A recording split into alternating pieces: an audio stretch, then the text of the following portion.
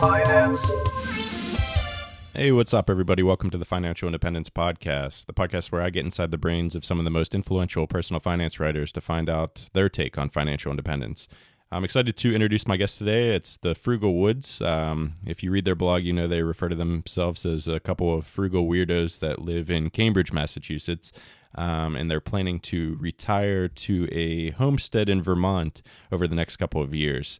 I actually had the pleasure of meeting the Frugalwoods in September when we were both at a conference together, and we spent the whole weekend together, had a blast, and yeah, they're really great people, so I'm excited to get them on the show and, sort of talk about their extreme frugality, which, if you read their blog, you know that some of the stuff is quite extreme, but it doesn't seem to impact their lives at all, and if anything, it enhances it, so I'm excited to, chat about, saving extreme amounts of money by limiting your spending, and how to do that without ruining your happiness. So yeah, without further delay, Mr. and Mrs. Frugalwoods, thanks a lot for being here. Oh yeah, thanks for having us on. We're excited.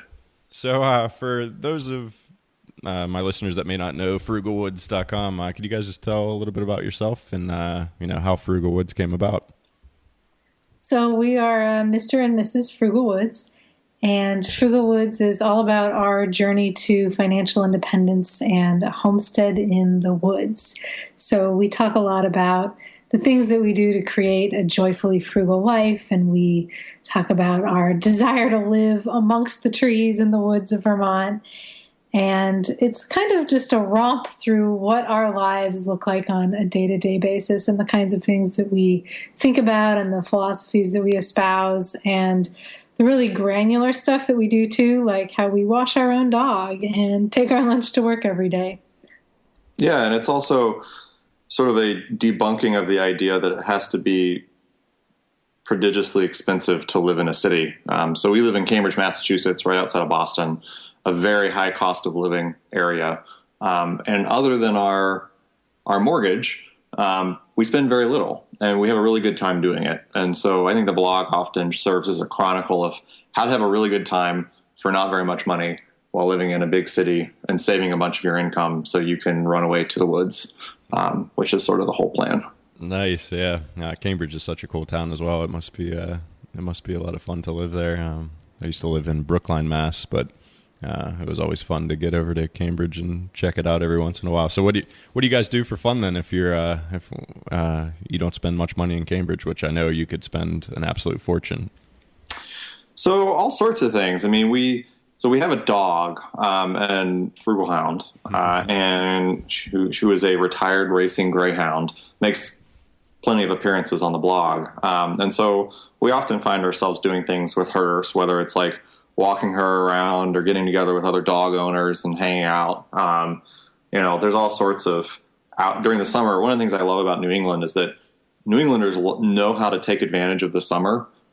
If it's nice weather outside, people are outdoors. And so there's all sorts of different things that go on all the time that we get to go to for free, and hang out and meet our neighbors and do things like that. We also tend to host a lot of potlucks.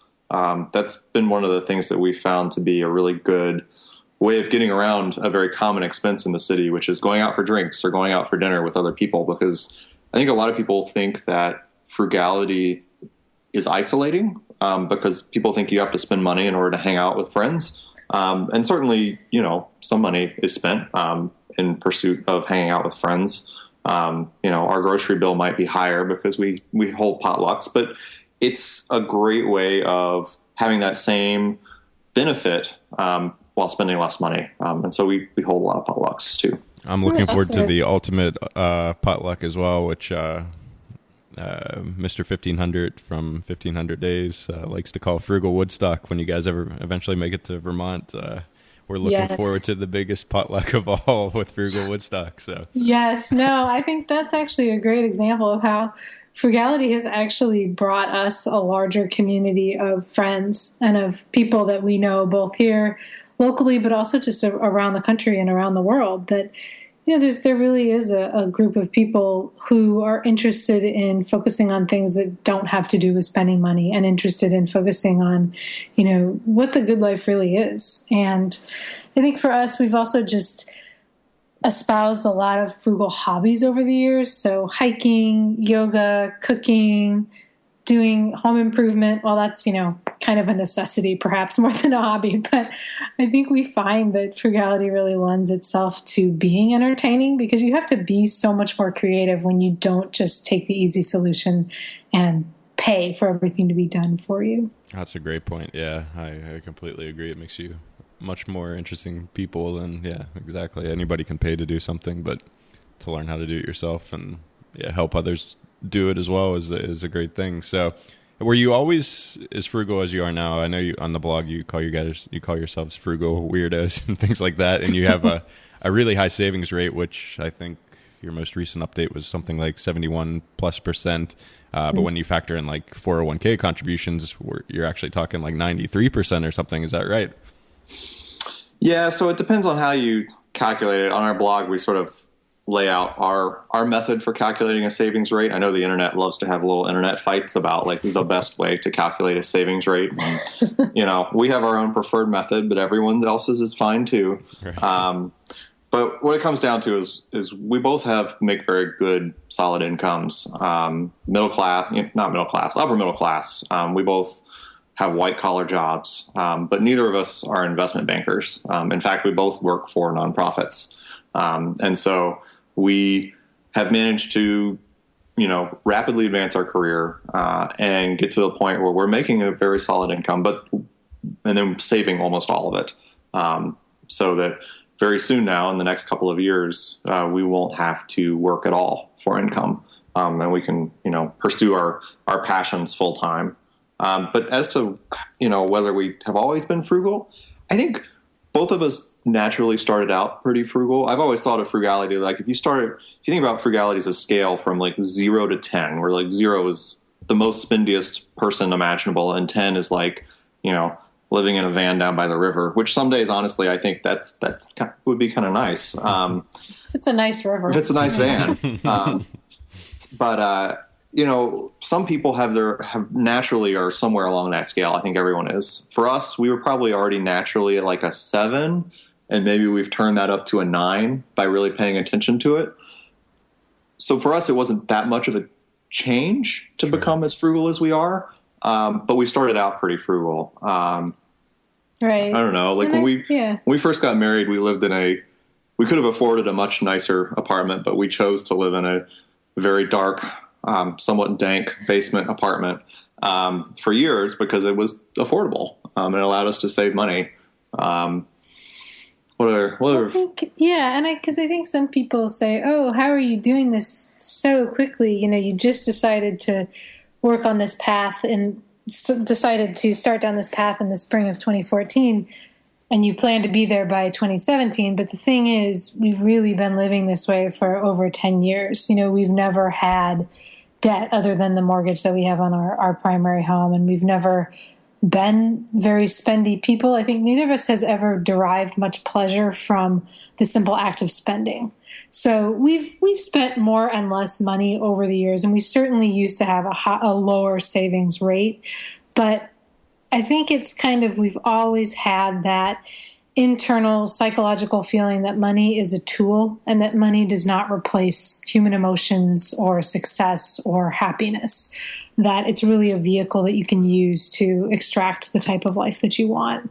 Yeah, and I will say, too, that I can see several periods of our life where we were more or less frugal. And I think it relates to whether or not we had a goal or not for our savings during that point of time. Sure. When we first got married, our goal, like I think a lot of people, was to buy a house eventually.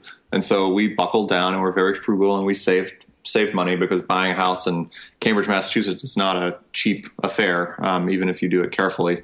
And we bought a house 3.5 years ago. And after we bought the house, there for a period of about a year, we started spending more money, because I think we suddenly had lost that goal. We were naturally frugal people, and so we weren't getting credit card debt or anything like that, but we were spending more than we needed to. And when we came up with the goal of early retirement to a homestead, then suddenly it was very easy to be incredibly frugal again. And I think for me, that was one of the most interesting realizations, was that one of the keys to having, making frugality fun, I think, is having that goal. Without having a goal, at least for us, we felt rudderless. We felt like we were saving a bunch of money, but what were we going to do with it? And now we have a really good answer. So. Right. Yeah, that's a huge point. Actually, in some of my notes, that I wanted to chat with you about, I think in one of your posts, you'd mentioned frugality with a larger aim. And I think that's definitely key, because it doesn't feel like depravation at all if you're working towards something that's bigger and better than, what you may be sacrificing in the short term. And I know I'm frugal as well. And, it doesn't even feel like sacrifice anymore, but to outside people looking in, it makes absolutely no sense when there's no larger aim. And like for people like my wife, who wasn't really on board with the whole early retirement thing, she's like, why would I do that? I'm quite happy with my job. I don't see what save all this money now for what, when I'm going to keep working. But then, when it was like sort of reframed as like, well, we could do this and this and this with our lives if we just saved, a ton of money. And then it made sense to her. And it's a lot easier to just be working towards a big goal, which is, I think, is a huge point. Absolutely. Yeah. So let's just talk a little bit about your plans. Obviously, I want to dive a little deeper into, how you're getting there and things. But, maybe some people haven't read and don't know the Big Homestead plan. So could you just talk a little bit about what you see yourselves doing after early retirement? Sure. So it all started a couple years ago when we were sitting down and we said to ourselves, we're approaching 30 at that point. I may have already been 30. Yeah. But we've been in the workforce for almost 10 years, and we were looking at ourselves and thinking, is this really what we want to do for the next 30 years? And call it a third of life crisis. Hopefully it wasn't a midlife crisis. Hopefully we're not quite at the midpoint of life yet. But it was a realization that life was going by really fast. We'd sort of gotten into the groove with our careers and with our home life. And both of us kind of looked at each other and realized that we could very easily wake up the next day and be 55 and doing the same exact thing. And both of us didn't really understand why, but we didn't feel like that was what we wanted. And the more we talked about it, the more we realized that both of us have a very intense desire to pursue a myriad of different, not very revenue positive things. Mrs. Frugalwoods loves to write, and she loves to write. And, writing can bring in some money, but as plenty of writers would tell you, if you hope to have writing as your lifetime income, it can be a tough road. And for me, I have so many completely worthless but so much fun hobbies that I don't have any time currently to put time towards. Amateur astronomy, amateur radio, welding and metalworking, things like that I would love to spend more time at, but can't currently. So combine that with the other part of our plan, which is that we've always loved hiking, and we've always loved being in the outdoors. And one day we were sitting and talking to each other, and we were like, if we could snap our fingers and have exactly what we wanted, we would live in the woods, we would live in a beautiful location, and the sort of place where every morning, if we felt like it, we could walk out our front door and take a hike. That's just it. And for both of us, we looked at each other and we were like, yeah, that would be it. That's what we would choose. And the more we thought about it, the more we were like, we could actually do that. Right. It was a really weird feeling, because at that point we were thinking of it in terms of what would we love to do when we retire someday? And then we were like, what if that someday was in 3 years? Right. And then we kind of looked at each other with the Neo from the Matrix face of whoa. And that's kind of where it started, where we were like, if we actually buckle down, if we increase our savings rate and lower our expenses rate, we can make this happen. And so from there, the plan coalesced pretty quickly. We decided that we wanted a large amount of space, so 20 plus acres, somewhere in Vermont, either southern or central Vermont, close enough to civilization and grocery stores and everything else that we wouldn't be so disconnected, but far enough out that we could own a lot of land and pursue our various passions full time. And so that's where we're headed. And our plan is to be full time, no longer employed by 2017, mid 2017. Which is not that far away at this point. It seemed farther away a couple years ago, but now it's really coming up. It's pretty exciting to see the plan coming together. And you guys document all your homestead searching on your blog, which I'll link to in the show notes, obviously, and everybody can check out what goes into searching for a homestead in Vermont. I'm just sad I'm not going to be there living there anymore and being your neighbors, because that would be a lot of fun, but no, it sounds like an amazing plan. And does your works or your employers know of these, longer term plans, or have you kept them quiet? Well, we initially kept them quite quiet, but earlier this year we had some media attention that, apparently people read Forbes and they happened to read about us and say, "Is this you?" And I couldn't very well say no. But it's like clearly me and my dog. So that sort of cat came out of the bag, I would say. Cat is way out of the bag. I got mentioned. I had an article on Forbes, and I saw that there was a bunch of traffic coming in from Forbes one day, and I went to Forbes.com, and my stupid face was smiling right back at me. And I freaked out. Like, it was the worst day ever, because I was in the office at the time, and I'm like, I don't worry about anyone I know reading Mad Scientist because it's small enough. But like, yeah, Forbes.com is like big, and I could just imagine my boss in there being like, what is he saying? And I didn't say very nice things about dealing with managers and things. So I was like, it wasn't a good situation. So I can't even imagine what that felt like for you. It turned out actually fine. I think it helps that I've always been known as sort of the money and financial nerd in my office. So honestly, I don't think people were that surprised. I'm the person actually every year who volunteers to give a talk about why saving for retirement is really important and how to choose, like, why index investing is a good idea. Nice. And so, I think my office wasn't totally surprised. It is sort of an awkward situation, though, where I'm saying, I plan on being here for a couple more years, but I'm probably leaving, in 2017. It's a long way away, but it's not. Right. And so, I manage people, and so I think it's an unusual situation. But everybody's taking it pretty well. Again, I was always pretty unusual, so I think that helps. But very true. It's uncomfortable. Like, it's kind of weird, but it's fine. But I think, at the same time, I think we realize when you write things and put them out on the internet, eventually people are going to find out. And we knew that would eventually be the case. So I think what kind of is the comfort is that we have always been very honest on the blog and very transparent, and we don't make things up. And so I'm not uncomfortable with anyone reading the blog. My family reads it. I don't know if my boss reads it, but that's fine because it's what I believe, and I really don't have a problem with standing behind that and behind what I write. Yeah. And for me too, it was actually interesting because the whole experience of kind of being unveiled in the office made me think more about what I felt about working in an office and more about, sort of my motivations for wanting to move to something else in the future. And what it came down to is, I honestly really enjoy my job. I have a good time. I work with cool people doing interesting work. I get paid well for it.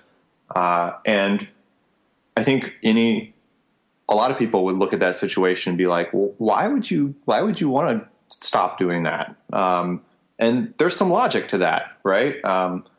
It's certainly not a bad situation. It's not like I go to work every day and I'm like, oh God, this is terrible. Like, I can't wait to leave. I don't. Like, I get to do really neat stuff all the time, which is fun. But that being said, I don't want to do that 40, 50, 60 hours a week. Right. And I have more interests than just this. I think it's really cool to get paid for one of your interests. But I think it's, for my personality, it's hard to let one particular interest, even if I like it a lot, take up that amount of my life. And so what it really made me realize is that, man, if I feel like this is wrong for me when I have it this good at work, it's a good sign that the whole idea of working one 40, 50, 60-hour a week job for the rest of my life is probably really bad for me, because I can't imagine having a better workplace. I really can't. I mean, I've basically designed my perfect workplace. Yeah, I don't think it would be possible for you to have a better job. And so at the end of the day, if I feel like I'm not fully fulfilled by this, there's no standard job out there that would give me the fulfillment that I'm looking for. And so that actually made me feel more comfortable in eventually moving on from that, because I felt like if I can't be fully fulfilled here, I wouldn't be fully fulfilled anywhere. And for me, that makes me feel better about the decision. Definitely, yeah. That's an excellent position to be in. Do you think you started to enjoy your job more now that you are getting closer? Do you think that's played a part? You don't feel trapped there for the next 30 years. So do you think you've started enjoying it more because of the savings that you've built up, or do you think you would have liked it just the same, no matter if you had $0 in the bank? I was thinking about this the other day, actually, and I honestly think I'm a better employee now that I don't have, shackles are way too strong of a word, but I don't have a better one at this point. But feeling like you are economically tied to a job, I think produces an unusual dynamic in a workplace. And I think I feel more enabled to take risks, which I think, a risk well thought out can be a really good thing to do in a lot of cases in business. And I feel like I'm in a much better position to do that sort of thing now than I used to be. I'm less risk averse in all parts of my life now than I used to be. It's funny how having a financial cushion can allow you suddenly to feel like you could take risks in all parts of life, and be fine with it. And it turns out taking risks often leads to lots of neat rewards. So it's been a good thing. Absolutely. Yeah, no, I completely agree. I find myself being a lot more honest as well. I don't worry about stepping on somebody's toes and pissing somebody off, because I just don't care. So it's really like the Office Space scenario where, he's just telling Bob and Bob exactly what he thinks, and he's just not coming in and doing stupid things, and then they love him. And that's really what I found as well. It's like, because everybody else is so scared and so timid, and they don't speak up when something's obviously wrong, and then it turns into a disaster. But when you have that sort of power and freedom and carefree attitude, you can take more risks and you can tell the truth, and then you get glowing performance reviews, which is weird but funny. So it's the Tao of Peter Gibbons. Yeah, exactly. That movie is so much deeper than I ever realized. That's awesome. So I want to get back a little bit to the frugality aspect. People think extreme frugality and they think you can't really do anything, but Mrs. Frugalwoods, I know you got a free grad degree, just I think in a similar sort of situation that I was able to get one. Could you talk a little bit about that? Sure. So I decided a couple years ago that I wanted to get my master's. And so I started sort of scanning around, all right, how can I do this? Because I'm obviously not going to pay for it. I'm not going to go into debt. We didn't have any undergrad debt, so I wasn't about to take on any for grad school. And I realized that if you work full-time at a university, they will pay your tuition. So I set about doing that. So Mr. Frugalwoods and I were moving to Washington, D.C. for his job, and so I just applied for jobs at universities, and I got one, and then I had to be accepted into the graduate program. So I applied, and I was accepted, and I ended up working full-time and going to school full-time, which is, I don't know that I recommend that schedule per se, but I really wanted to just get it done as quickly as I could and as efficiently as possible. And you do still have to pay tax on graduate education. You don't on undergraduate education if you're working at a school, but you do for grad school. However, it's a fraction of the sticker price of the degree. So that was just kind of one of those ways in which we always look for an opportunity not to pay full price. And I think that's really how we approach most things, that there's usually a hack or some kind of strategy that you can employ to reap savings. And there's often just an efficiency that you can create there as well, because working at the school and going to school is a lot easier than, trying to work somewhere else and then commute over to school every night. So thinking strategically about all of these big life changes for us has always been a part of our frugality and has really just always been part of our personalities, I would say. Oh, sorry, go ahead. We're optimizers. We're degenerate optimizers. It's fun for us to figure out how to do something better, faster, and cheaper. It's a game.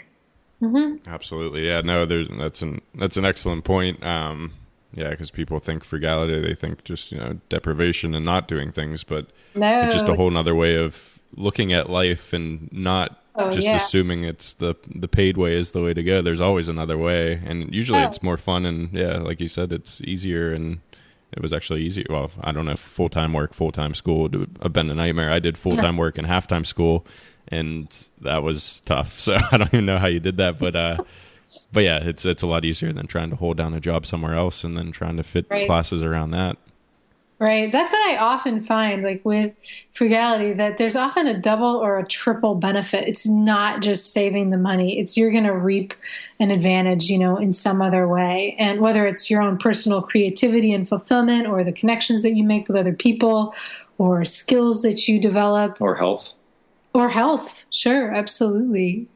It's amazing to me how there are, I call them like the side benefits of frugality, like the fringe benefits, because it just shows up almost in every single aspect of our lives. Like, it's so much healthier to cook your own food than to eat in a restaurant. Mm-hmm. Just, fact. I mean, okay, all right, there are some restaurants that I'm sure are healthier, but by and large, cheaper, healthier, faster to cook at home. Right. Plus, you're building that skill. Plus, you're avoiding all the other attendant expenses with eating out. No, that's a great point. There are just so many, and that's what I like most about, like Mr. Money Mustache's message. Like, don't just pick the easy route, pick the harder route, not because necessarily it'll save you money, which in most cases it will, but just because, there's so many other benefits, and you'll grow as a person, and, you'll enjoy it even more if it's harder. So don't Absolutely. Pick the easy paid route. So I just want to dive a little bit into like investments and things. So you mentioned index funds. So I imagine a lot of your portfolios may be invested in low cost index funds. And you said you have a house in Cambridge that you're going to rent out after you move up to Vermont. Is that pretty much the core of your investing approach? Yeah, I mean, we have the world's most boring investment portfolio, which is kind of how I like it. Absolutely. If it's boring, then I can understand it. Mm-hmm. And I feel like I always do better with things that I understand. So our core, I mean, we run a very standard Boglehead 3-fund portfolio. So I think we do 60% broad market U.S. equities, 30% broad international non-U.S., and 10% bonds/cash. Mm-hmm. I don't think we actually have any money in bonds right now. I think I'm holding in cash. Mm-hmm. But yeah, just a very standard index portfolio. Add money every month and don't pay attention to the balance. That's sort of the rule that we have. We both max out our 401ks. At our income level, it's a no-brainer to take that tax advantage. Both of our works have pretty decent 401k matching, so that's a really nice benefit that we've been able to use. It always boggles my mind when people don't take advantage of matching funds in their 401k. That's insane, yeah. It's just free money, and there's not many times in life where people will offer you free money. So take it when it offers. And then we have obviously a taxable investment account that we keep the remainder of our money in, that is just invested that way. And after we retire, we plan on doing a Roth conversion ladder and things like that. But we really don't do anything very exotic right now.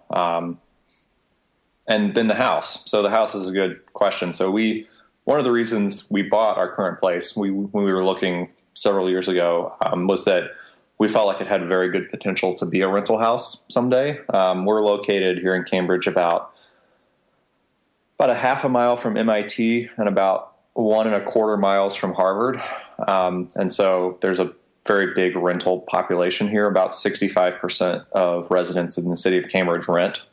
And so we can rent this place very easily for a very good rate. Even when we bought it in 2012, we could have immediately turned around and rented the house and been cash flow positive. Oh, wow. But today, I mean, the real estate market here has gone nuts for the past 3 years. And so today we can rent it and make it a frankly ridiculous amount of money, keeping it as a rental. So for us, it's a no-brainer to keep it as a rental. If it turns out several years down the road that we hate being landlords, we could sell it and roll the capital gains into something else. But I feel like our particular neighborhood is still very much on the way up. It's still gentrifying. And so I think even the capital value still has a lot of room to grow. So we'll keep it. That's excellent. Do you plan on managing it yourself from Vermont, or do you think you'll hire out to a property management company? We'll manage it at least at first. I feel like we should try it. We're going to be able to charge probably between $4,000 and $4,300 a month in rent. Wow. And I can't honestly see the value in paying a manager $400 a month. Right. Right. I'm willing to wake up in the middle of the night a couple times in order to avoid, paying somebody $400 a month to answer the phone. Right. Yeah, that's true. And I can call a plumber from Vermont just as easily as a property manager can call a plumber from Cambridge. So, I say all this now having not done it. So we'll see. We'll come back in a couple of years and tell everyone how terrible being a landlord is. But right. Yeah. I'll have you back on the show. But at the same time, it's going to be so profitable that I think we're willing to put up with a certain amount of hassle. Compared to, and I've done the calculations of, would we, if we were to sell it, obviously, if we were to sell it soon, we would still have the capital gains exclusion on the profits, which is a big deal. Right. And if we could roll that money, put that money, into the index funds, for example, would that be a better deal? And at the appreciation rate and the rental cash flowing rate that we project we can get out of the house, it's still a much better deal to keep the house than put it in index funds. So that's great. We'll try it. Yeah, absolutely. It's worth the shot. It sounds like, definitely. And yeah, having a place in Cambridge, which, Harvard and MIT aren't going anywhere anytime soon. So you would hope not. Yeah. That's great. And, that leads to the frugal baby that is on the way as well. So you guys have lots going on these days. We do. We like to stay busy. It's funny.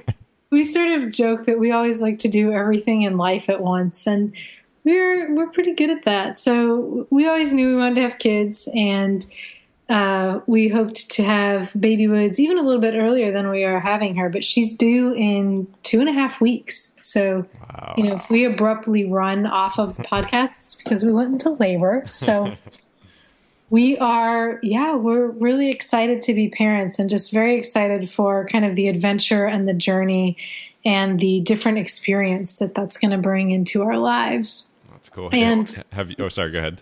Oh, no. What we found with pregnancy and baby prep is that it's exactly like everything else in life.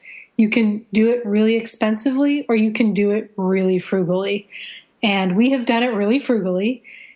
And it's just entirely possible to spend, almost nothing on pregnancy and baby prep.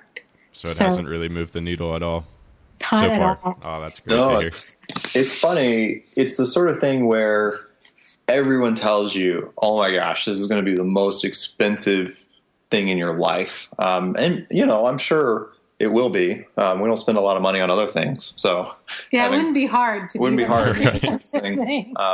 But it's also, we know people that are relatively frugal that by this point in their pregnancy had spent many thousands of dollars on outfitting a nursery and, all the myriad of little things that the books tell you must have. Right. And, we've managed to avoid that for the most part. What's our total spent so far on the baby? So we have actually prepaid the copay for her birth. Nice. I learned from the hospital that, and this is a great like frugal weirdo tip, if you pay in full in advance for stuff, you can often get a discount like on anything. I did this with my LASIK surgery. We've done this with car repairs, anything. Anytime you say, hey, if I pay you in cash now, will you give me a percentage off? They'll usually say yes. So we got $50 knocked off of the birth of Baby Woods. Mm-hmm. So our copay was $450. Nice. For the birth, which is, and that's low largely because we have good insurance and we're really fortunate to have that. So her entry to the world is paid for. And then we've spent $20 on some clothes and other baby things from a garage sale. So that brings us up to $470. Yeah, that's amazing. And that's inclusive of everything for pregnancy and prep for her. So we have entirely outfitted everything with hand-me-downs, and we've just been totally open to anything that anybody wants to give us. Boy clothes, absolutely. Sheets that have cars and trucks on them, 100%. Right, sure. Yeah, it just does not matter. This kind of stuff is, in the grand scheme of things, is completely immaterial. Maternity clothes that, maybe like aren't 100% my style, totally fine. So I didn't buy any maternity clothes. I just took the hand-me-downs that people gave me, and same thing with pretty much everything in her nursery. And it's, a lot of it is, it's just being creative and being open to what people might want to give you. And also just telling people, if you have stuff you don't need, I will gladly take it. I'll come pick it up from your house. And they're usually very happy to get rid of it. This is what I've learned, that when your kids turn about 5, you're not having more kids. You want that baby stuff out. Right. So we've, a lot of people have just very, very happily sort of dumped carloads of stuff with us, which we're so, so grateful for. And I also discovered my local Buy Nothing group, which I highly recommend anybody check out. It's an international organization that is just all about neighbors freely giving to each other. And so I've given away a ton of stuff through the group, and I've received just a huge amount of things for Baby Woods. And it's no money changes hands. There's no sort of recording of who gives or takes what. It's all about just freely sharing with your neighbors. And I think it's a wonderful thing because, there's just too much stuff that is manufactured and bought. And 9 times out of 10, you have something that someone else can use and you can just share it with them. That's amazing. So is there a specific website to find these types of groups, or? Yeah, they're run through Facebook, so you can just check to see if there's a local chapter in your area. And if there isn't one, you can actually just start one yourself. I think there is a website describing the idea. Is it like buynothing.org or something? buynothingproject.org. Well, we can Google it. Yeah, I'll look it up and I'll put it in the show notes. That's really cool. It's really neat, too, because it also lowers the barrier for decluttering your own place. Yes. Because instead of especially in the city where it's okay, you've got to try and get a car to get your stuff to Goodwill, and then you can't park at Goodwill. So one person stays in the car while the other one tries and runs stuff in and double parked and people are honking at you. We've done this. You can tell. It's tough. Yeah. And with Buy Nothing, you just post it on Facebook, and someone from your neighborhood comes over to your house and takes it away. And they are always super excited to have it, and you're super excited to get rid of it, and everyone wins. Oh, and it's been ideal for getting rid of kind of bigger, bulky stuff that we've wanted to give away that, again, people come and take it. Or even perishable things. People give away food. I've given away toiletries that we're not going to use, that I bought the wrong brand. And of course I got 20 of them from Amazon. So just that kind of stuff that you would normally throw in the trash. I am so happy that it goes into the hands of someone who can use it. My favorite thing on Buy Nothing is that people, when they're going on vacation or about to take a trip, will post the entire contents, everything in their refrigerator that is going to go bad before they get back. And be does anyone want this half gallon of milk? Or, here's a couple of bananas. And people take it. Yeah, absolutely. Every single time. And I just think there could not be a better way to create community and to go through life than to be so focused on not wasting and on sharing. I just think it's amazing. So that is amazing. Yeah, that is really cool. I'm gonna have to check it out, see if there's anything in Scotland like that, because that's incredible. Cool. Well, yeah, I don't want a baby to start popping out or something. So start wrapping things okay. up. Doesn't happen that fast. Okay. Yeah, I don't know how it works. I haven't read about it or anything. So I just, don't read about it until you have to. Right, that's probably good advice too. So yeah, I usually end all my interviews just if you had one piece of advice for someone, maybe starting on the path to financial independence, or maybe just need some motivation or something, what would that be? Well, I think we found the entire process so much easier once we had a concrete goal. I think without having the goal, I don't think our frugality would be nearly as entertaining, honestly. And I also think that having a goal is a wonderful boon to our relationship, because we love to work together towards something, and this is sort of the ultimate thing to work together towards. And so I think having a concrete goal, not just a goal that like, I hate my job, I want to quit, and still have money. But having a goal that's broader than that. What do you want to do once you're retired? What do you want to do once you're financially independent? Writing it down, researching it, planning for it, making it, almost real enough that you can touch it.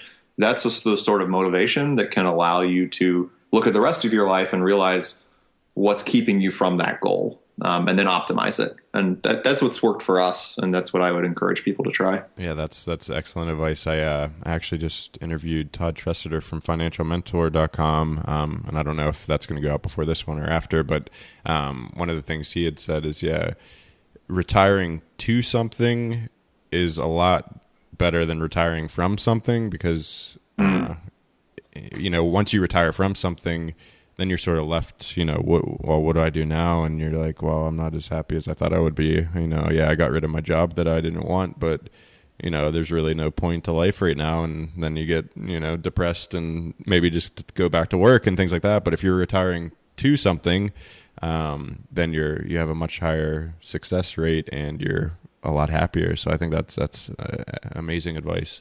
I have a long list of things I want to do, and some of the things on there sound pretty crazy. Like one of the things on the list is build 8-meter satellite dish to bounce radio waves off of moon. So right. I plan on being well occupied. Oh, that's amazing. Hopefully that takes place before Frugal Woodstock, because I want to see the setup. That's right. Yeah, maybe you can help him with that. You guys can work on that together when you come. The ultimate party, bouncing radio waves off the moon. That would be pretty awesome.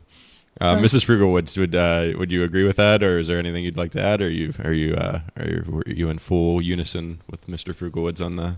I am in full agreement on that. I think it's very much about, what do you want your life to look like?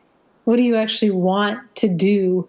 What do you want to look back and say, oh, these are all the things that I tried and that didn't work out, but gosh, it was interesting and it was fun to do those things, rather than, well, I had sort of this boring, conventional, safe existence. And for us, it's like, yeah, let's do some stuff in life. Let's do what we really feel called to do. And I also think there's something very powerful about when you're doing what you are really meant to do, you put a lot of good out into the world, and you're able to help people and impact people because you feel good and you're positive and you're contributing in your own personal way. Whereas if you're sort of slogging away at this job that you really don't enjoy, you're probably not generating a lot of goodwill and joy on a daily basis. So that's another focus for me, is thinking about, how can I sort of give back and find ways to translate the happiness that I've discovered into a happiness that other people can find. And I think for so many people, money is kind of the core of what makes them unhappy, or what they think makes them unhappy. And finding a way to turn money into something that's liberating and that's freeing, as opposed to, something that's kind of a depressing topic, is important for me too. Yeah, no, that's great. Very well put. Now, if people want to find you, and they can obviously go to frugalwoods.com. Is your email address there, or is there anywhere else that you'd... It is. Yeah, you can always reach us, team@frugalwoods.com. We are also on Twitter @frugalwoods. We're on Facebook. I think it's like facebook.com/frugalwoods. We're on Instagram as Frugalwoods. Basically, we're just, it's not very creative. Like, it's just the word Frugalwoods everywhere. So you can find us. We have a lot of dog pictures. And, I know. I can't wait to meet Frugalhound. It is the coolest looking dog on the internet, I think. Why, thank you. Our little, she looks kind of like a deer or a raptor. Greyhounds are just awkward. I don't know what to tell you. But they make for some hilarious photos, especially when you dress them up as mummies and things, as you've been doing recently, look like. Wrapping her in a roll of toilet paper was the best use of a roll of toilet paper I've had in a long time. I know. That was a genius idea. Justin from Root of Good said, "Oh, are you going to reuse that toilet paper?" I was like, "No, we're not going to reuse the toilet paper. Come on, there's a limit, Right. That's amazing. And you also do a podcast too every once in a while, right, Mrs. I do. I'm on the Financially Blonde Martinis in Your Money monthly happy hour podcast where we talk about various different topics, and it's primarily focused on issues that women face. I think that women kind of have a unique set of relationships with money, and there are a lot of stereotypes about how women handle money, and we sort of debunk that, and we talk about how you can be a financially savvy woman, whether you're in a partnership or not, and just how you can create a really meaningful life. And it's a lot of fun. I caught some of your live broadcasting at FinCon, and it was pretty amazing. You guys were all drinking martinis and having some really amazing discussions about funny things. So I will link to. You're pretty silly. Yeah, it was good. I'll link to all of that, all of the Frugalwoods, all over the internet, Twitter, Facebook, Instagram, and that podcast in the show notes. But yeah, I just wanted to thank you both so much for taking the time to talk with me. I'm busy tie-dyeing all my clothes in preparation for Frugal Woodstock, so hopefully that goes down soon. And best of luck with the baby, and thanks again. I really appreciate it. Thank you. This was a lot of fun. Yeah, thanks. All right, see you guys. Bye. Bye. Finance